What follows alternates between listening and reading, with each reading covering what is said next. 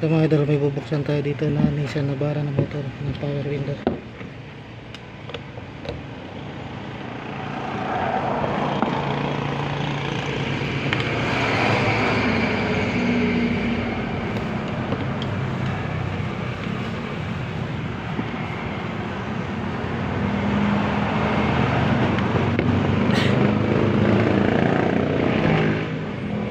Tanggalin lang natin itong tatlong tornilyo.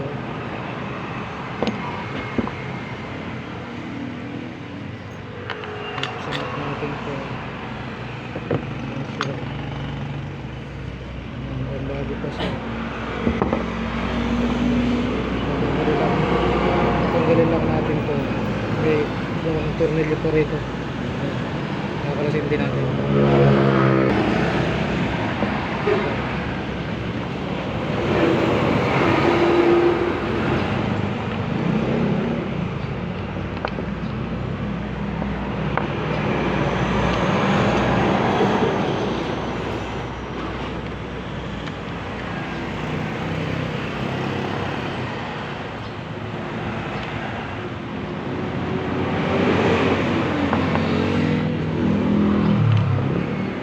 Tatanggalin din natin itong socket niya.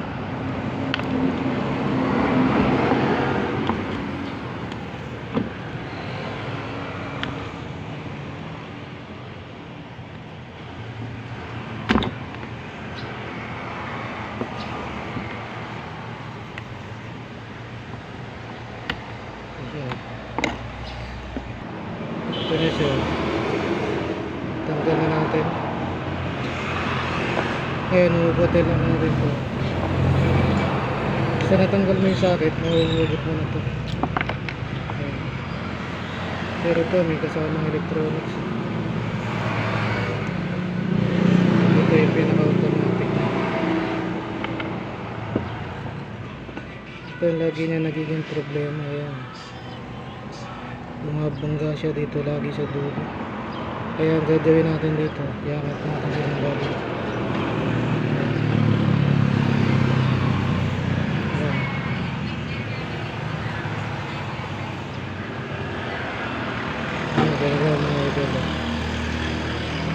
Ang lagi nagiging problema nito.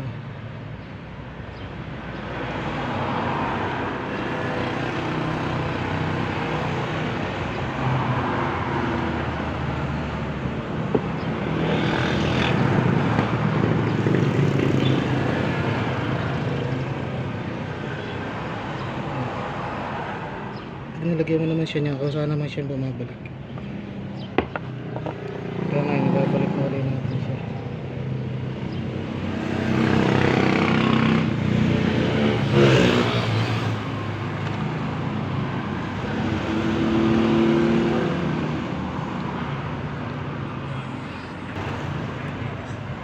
Yan, ito siya mga idol.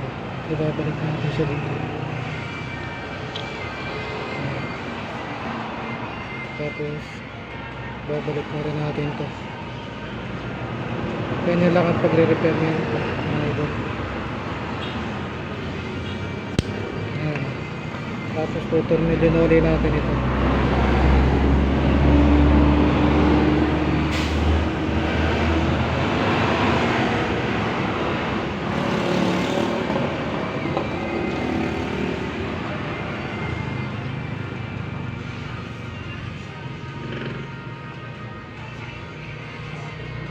Kung mapapansin nyo, nakabukas siya ng malaki. Kaya naman pagka sinaksak mo yung armature, bumabalik naman siya kusa para siyang spring.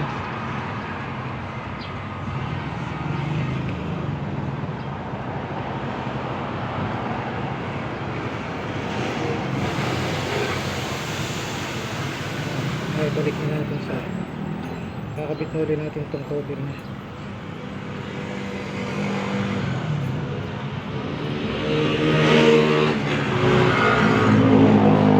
Kaya babalik na rin natin ito pinakasalit.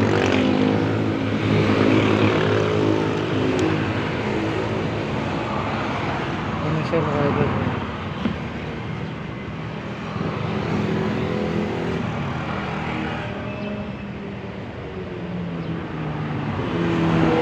Susunod natin ito. Sasalpak natin siya dyan. Ayan. Kung saan naman siya bumabalik na klase siya dyan. Pit-pitin mo lang. Ayan. Okay na siya. Tapos sasalpak lang natin ito. Ayan. Tapos nilunuli natin.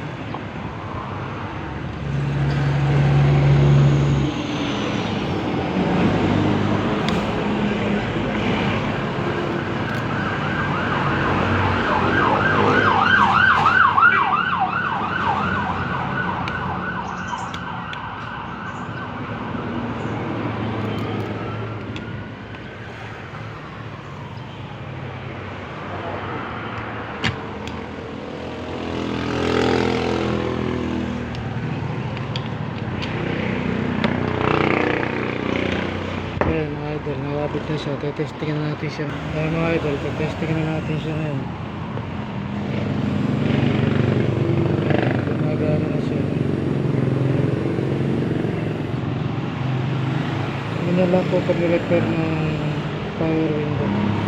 Hindi naman po natin siya mapapalitan ng carbon dahil mahaba pa kanyang carbon. Kaya yan po ang kanya. Inaangat lang natin yung pinakaparang spring niya ng carbon para bumalik ulit siya sa dati. Hindi siya laging nakakuha, hindi siya nakapulak.